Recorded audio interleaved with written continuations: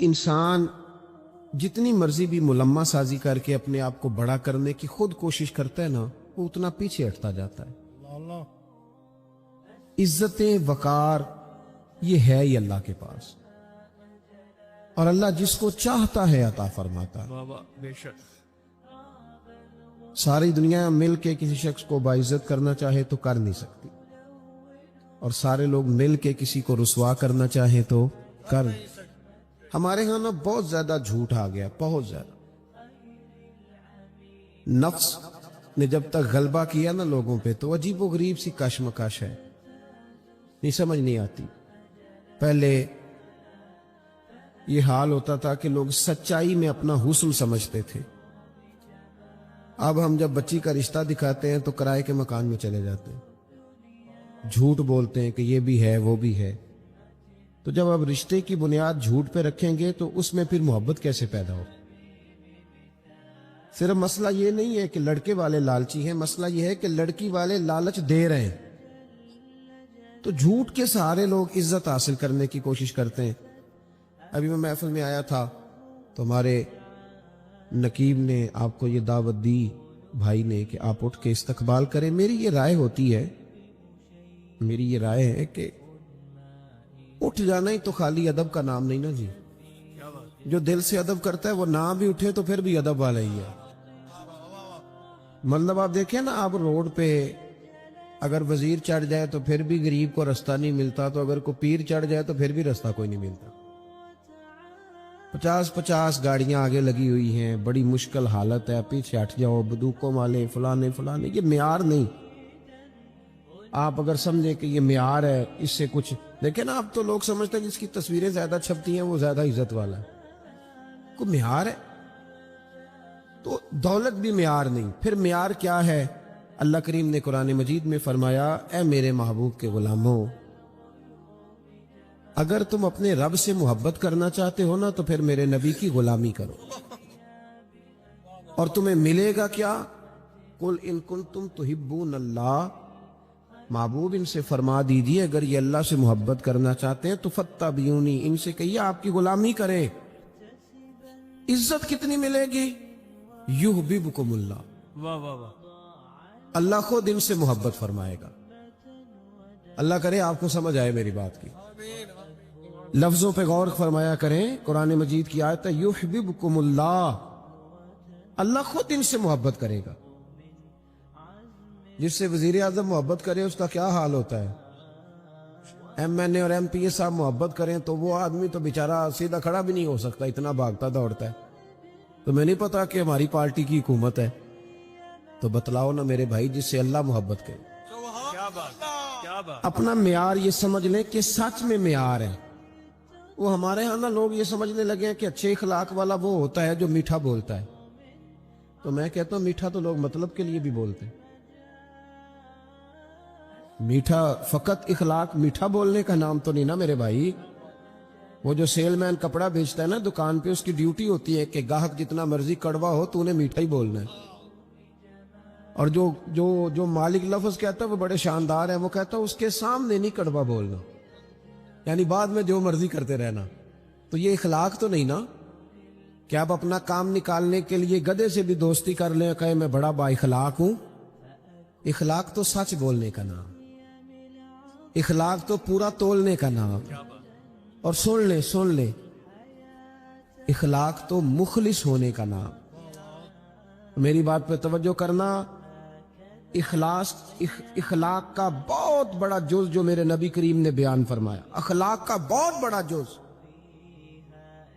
وہ یہ ہے کہ جو اللہ نے آپ کو دیا ہے نا، آپ اس پہ راضی ہو جائیں، اللہ عزت عطا کر دے گا۔ دو لفظوں میں نبی پاک علیہ السلام نے بات کو سمیٹا۔ ایک صحابی نے کہا تو حضور عزت کیا ہے؟ فرمایا جو رب نے تجھے دیا اس پہ راضی ہو جا تو عزت دار ہو جائے گا۔ عرض کی حضور ذلت کیا ہے؟ فرمایا لالچ نہ کرنا ورنہ ذلیل ہو جائے گا۔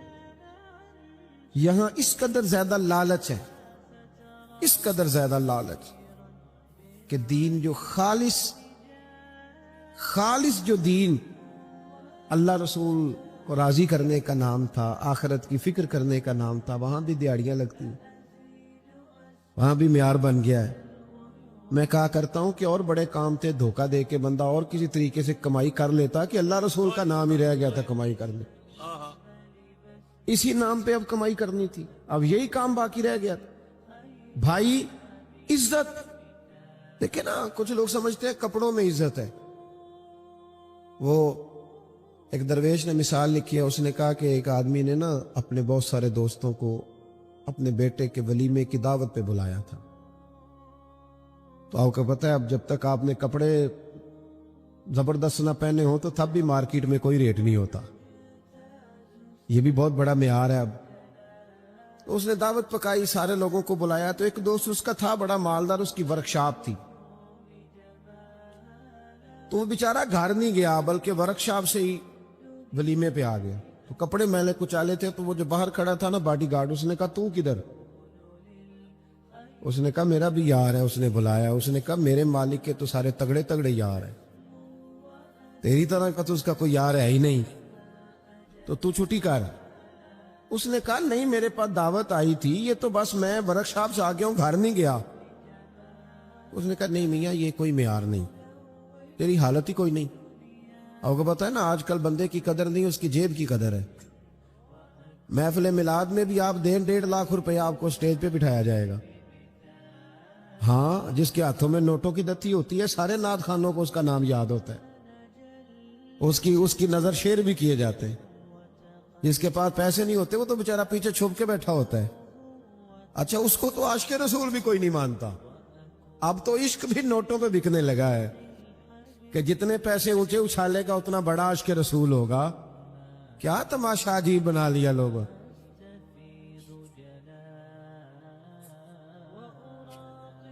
سنیں جی، اللہ آپ کو جزا دے، اللہ آپ کو سنیں میری بات۔ تو وہ بندہ نا بیچارہ فیکٹری سے سیدھا ورکشاپ سے ہی آ گیا، اس نے کونا داخل ہونے دیا، کہا بھاگ جا، میرے جو مالک ہیں ان کے تو مالدار لوگ دوست ہیں، تو کدھر سے آ گیا؟ اس کو بڑا غصہ چڑھا، وہ گھر گیا، کارٹن کا سوٹ پہنا، اچکن شچکن پہنی، اچھی طرح تیاری کر کے آیا، تو اس نے گھسنے دیا۔ اس نے کہا نہیں اب ٹھیک ہے، آپ کا حق بنتا ہے۔ وہ جب اندر گیا تو اس نے ڈونگا منگایا سالن کا، اور اپنے کپڑے سالن میں ڈبونے شروع کر دی۔ کبھی ویس کو ڈبوتا، کبھی کرتا ڈبوتا، کبھی بازو ڈبو۔ اس نے کہا یہ کیا کر رہے ہو؟ کہنے لگا میری دعوت تو نہیں، دعوت تو کپڑوں کی ہے، کیونکہ میں تو پہلے بھی آیا تھا، مجھے کسی نے گھسنے ہی نہیں دیا۔ یعنی معیار کپڑے بن گئے، معیار گاڑی بن گئی، یہ عزت ہے، یہ وقار ہے ہمارا، یہ وقار ہے۔ یعنی پیر صاحب کے آستانے میں بھی جس کے ہاتھوں میں شاپر زیادہ ہو اس کو ذرا آگے جگہ ملتی ہے، اور جو بیچارہ غریب ہو اس کو کہتے ہیں تو جمعرات والے دن سویرے 8 بجے آنا، اس دن ذرا میری نظر زیادہ سولی ہوتی ہے، تیرے اوپر کرم کی نظر ہوگی۔ یہ معیار ہے، یہ طریقہ ہے۔ لو سنو معیار کیا ہے۔ صاحب طبقات نے لکھا، صاحب اسد الغابہ نے لکھا، حضرت عمر کا زمانہ، اللہ تعالیٰ نے بہت زیادہ مال دیا مسلمانوں کو۔ حضرت حضور اکرم علیہ السلام کے زمانہ ظاہری میں بھی اسلام پر غربت رہی، حضرت ابو بکر صدیق کے زمانے میں بھی غربت رہی، حضرت عمر کے زمانے میں بڑا مال آیا اور لوگوں کو مال ملا۔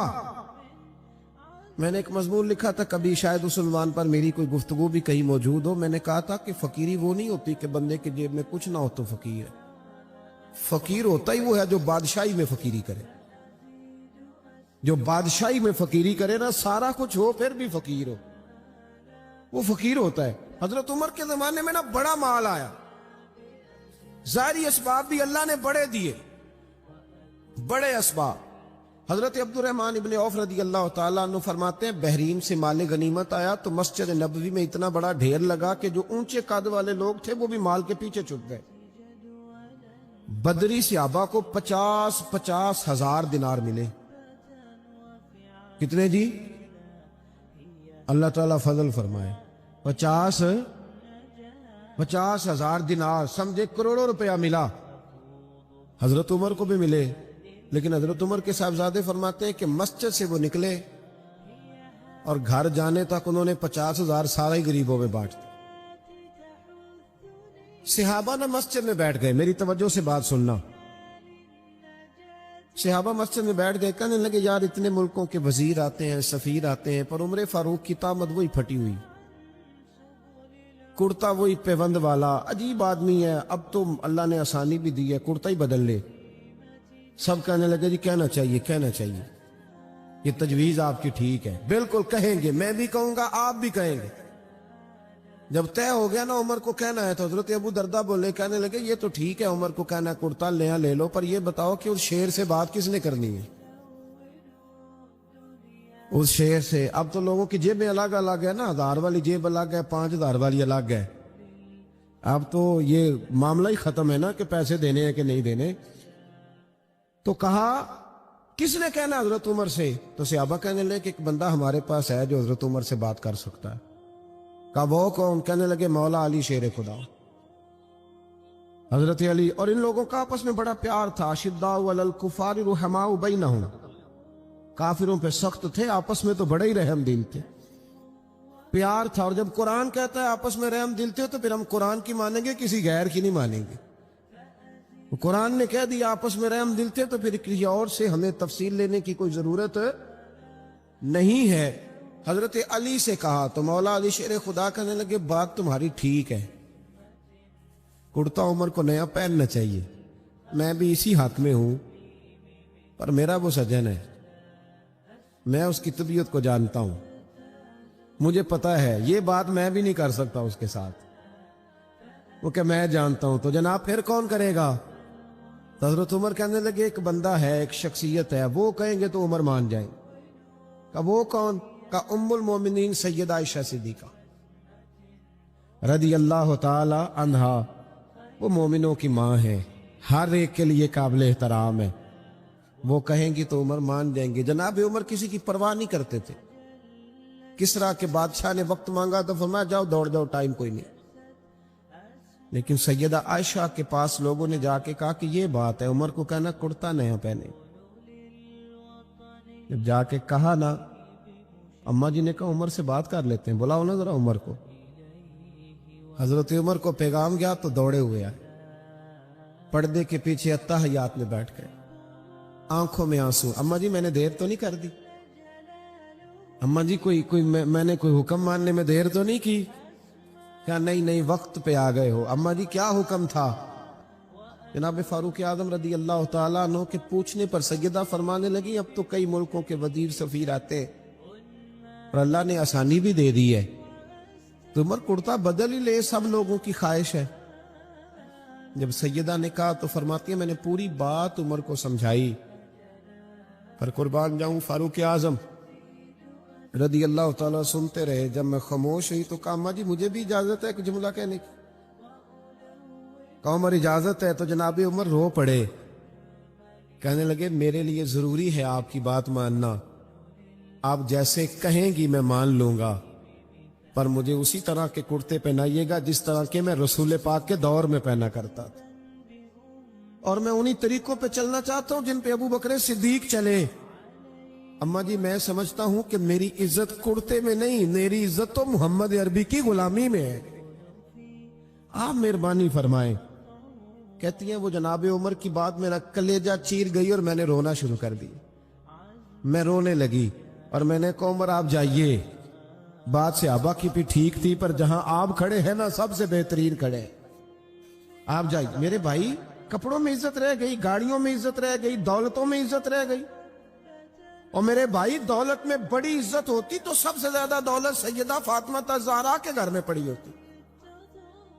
اگر مال بڑا شاندار ہوتا نا، بڑا ضروری ہوتا، تو سب سے زیادہ امام حسن اور حسین کی تجوریوں میں ہوتا، لیکن میرے نبی نے تو ہاتھ اٹھا کے دعا مانگی کہ اللہ میرے اہل بیت کو ضرورت کے مطابق روزی دینا۔ حضور نے، آپ کہیں ثابت کریں کہ نبی کریم نے کہا یا اللہ میرے بچوں کو زیادہ مال دے؟ حضور نے تو کہا اللہ ضرورت کے مطابق دے، ضرورت کے مطابق۔ کتنے لوگ بیٹھے ہیں مجمع میں اور سب کا دعویٰ ہے کہ ہم بڑے غریب ہیں، بڑے مجبور ہیں، لیکن کسی کی بیٹی بھی اتنا کام نہیں کرتی کہ ہاتھوں پہ چھالے پڑ جائے، پر میرے مصطفیٰ کی بیٹی نے اتنا کام کیا ہے۔ سیدہ فاطمہ کے بارے میں صحیح بخاری میں ہے کہ حاضر ہو کے چھالے دکھائے، یا رسول اللہ کام کر کر کے چھالے پڑ گئے، اگر ایک غلام مل جائے تو کام کاج میں ہاتھ، یہ بھی حضور کا میلاد ہے، اسے بھی ذرا سمجھو۔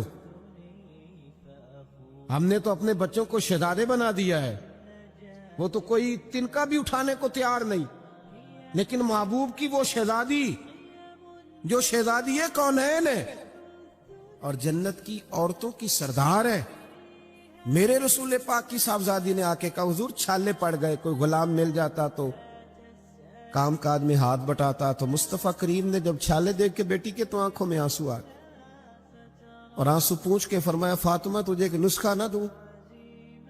حضور حکم کریں، فرمایا 33 بار سبحان اللہ پڑھا کر، 33 بار الحمدللہ پڑھا کر، 34 بار اللہ اکبر پڑھا کر، تجھے غلام آزاد کرنے کا ثواب ملے گا۔ پر بیٹے چکی تو نے خود ہی پیسنی ہے، آٹا تو نے خود ہی گوندنا ہے۔ کوئی شخص بتا سکتا ہے کہ مولا علی کی جائیداد کہاں کر کے تھی مدینے میں؟ حضرت علی کا جب تک نکاح نہیں ہوا تھا نا، مسجد میں سویا کرتے تھے۔ یہاں تو حضرت علی کے نام پر لوگوں نے محلات تعمیر کر لیے ہیں نا، علی دے ملنگاں دے پیسے گنے ہی نہیں جاندے، ہیں ملنگ حضرت علی کے، غلام حضرت علی کے، اور کیا بات ہے دولتوں کی اور جناب صورتوں کی۔ حضرت علی شیر خدا کا جب نکاح ہوا تو حضرت حارثہ بن نعمان رضی اللہ تعالیٰ عنہ کا ایک مکان تھا۔ میری باتوں کی سمجھ آ رہی ہے آپ حضرات کو؟ تو وہ مکان عاریتاً یعنی کرائے پر نبی کریم نے لیا، اس میں سیدہ فاطمہ رہنے لگی۔ بھائیو، عزت وہ ہے جو رسول پاک کی سنت میں ہے، عزت وہ ہے جو نبی پاک کے طریقے میں ہے، عزت وہ ہے جو حضور کے رستے پر چلنے میں ہے۔ یہ داڑھی ہے نا انسان کے چہرے پر، توجہ کرے میری طرف۔ نبی پاک نے فرمایا جب میرا غلام سفید داڑھی لے کے قبر میں جاتا ہے نا، دیکھو حضور کی سنت کی عزت۔ میرا عنوان یہ ہے کہ کی محمد سے وفا تو نے تو ہم تیرے ہیں، اور یہ جہاں چیز ہے کیا لوح و قلم۔ اس شعر کا مطلب پتہ کیا ہے؟ کی محمد سے وفا تو نے تو ہم، اس کا کیا مطلب ہے؟ یہ اقبال کا نا کلام ہے، پہلے انہوں نے شکوہ لکھا تھا، پھر جواب شکوہ، اور جواب شکوہ میں وہ یہ کہتے ہیں کہ یہ نا اللہ کی طرف سے مجھے الہام ہو رہا ہے، یعنی میرے دل میں باتیں آ رہی ہیں اللہ کی طرف سے۔ تو ان میں آخری بات وہ اقبال کہتے ہیں کہ عالم تصورات میں اللہ نے مجھ سے کہا ہے، عالم تصورات میں رب نے کہا ہے کی محمد سے وفا تو نے تو ہم تیرے۔ اللہ فرماتا ہے اگر محبوب کا غلام بنے گا تو پھر میں تجھ سے محبت کروں، یعنی وہی والی آیت جو میں نے پڑھی یحببکم اللہ، اور فرمایا یہ جہاں چیز ہے کیا۔ شعر ساری زندگی سنتے ہیں نا، سمجھتے نہیں نا جی۔ لوح و قلم، قلم سے نصیب لکھے جاتے ہیں، قلم سے لوح محفوظ پر نصیب لکھے جاتے ہیں۔ تو اللہ فرماتے ہیں اگر نبی پاک سے وفا کرو گے نا تو نصیب نہیں لکھوں گا، قلم ہی تمہیں دے دوں گا، جس طرح کا دل کرے اپنا نصیب لکھ لینا۔ لوح و قلم، میں تجھے قلم دے دوں گا نا تو اپنی مرضی سے لکھ لینا، تو لکھ لینا، رب تجھے عطا کر دے گا۔ یحببکم اللہ، اللہ خود تم سے محبت فرمائے گا، اللہ تم سے محبت کرے گا۔ کہ جو سفید داڑھی والا مومن قبر میں جاتا ہے نا، تو ترمذی کی حدیث ہے، نبی کریم نے فرمایا جب سفید داڑھی والا مومن قبر میں جاتا ہے تو اللہ فرشتوں سے فرماتا ہے اسے عذاب نہ دینا۔ یا اللہ کیوں؟ فرمایا دیکھتے نہیں میرے نبی کی سنت وہ بھی سفید لے کے آ گیا۔ تو جب حضور کے طریقے پہ ہم چلتے ہیں، نبی پاک کے وفادار ہوتے ہیں، پھر اللہ اعزاز دیتا ہے، اللہ شان دیتا ہے۔ اور جن لوگوں نے نبی کریم کی غلامی کی نا، انہیں بلایا نہیں گیا۔ یہ مت سمجھیے گا کہ ظاہری طور پر پیسے کوئی نہیں تھے تو ان کا حال ہی کوئی نہیں تھا۔ توجہ ہے نا میری بات پر؟ جن لوگوں نے پہلے قربانیاں دی نا، پہلے حضرت سیدہ خدیجہ الکبریٰ رضی اللہ تعالی عنہ۔ میں نا بڑی سادی سادی باتیں کرنے کا قائل ہوں، مجھے تو یہی نہیں سمجھ آئی کہ آپ نے میرا انتخاب کیسے کر لیا۔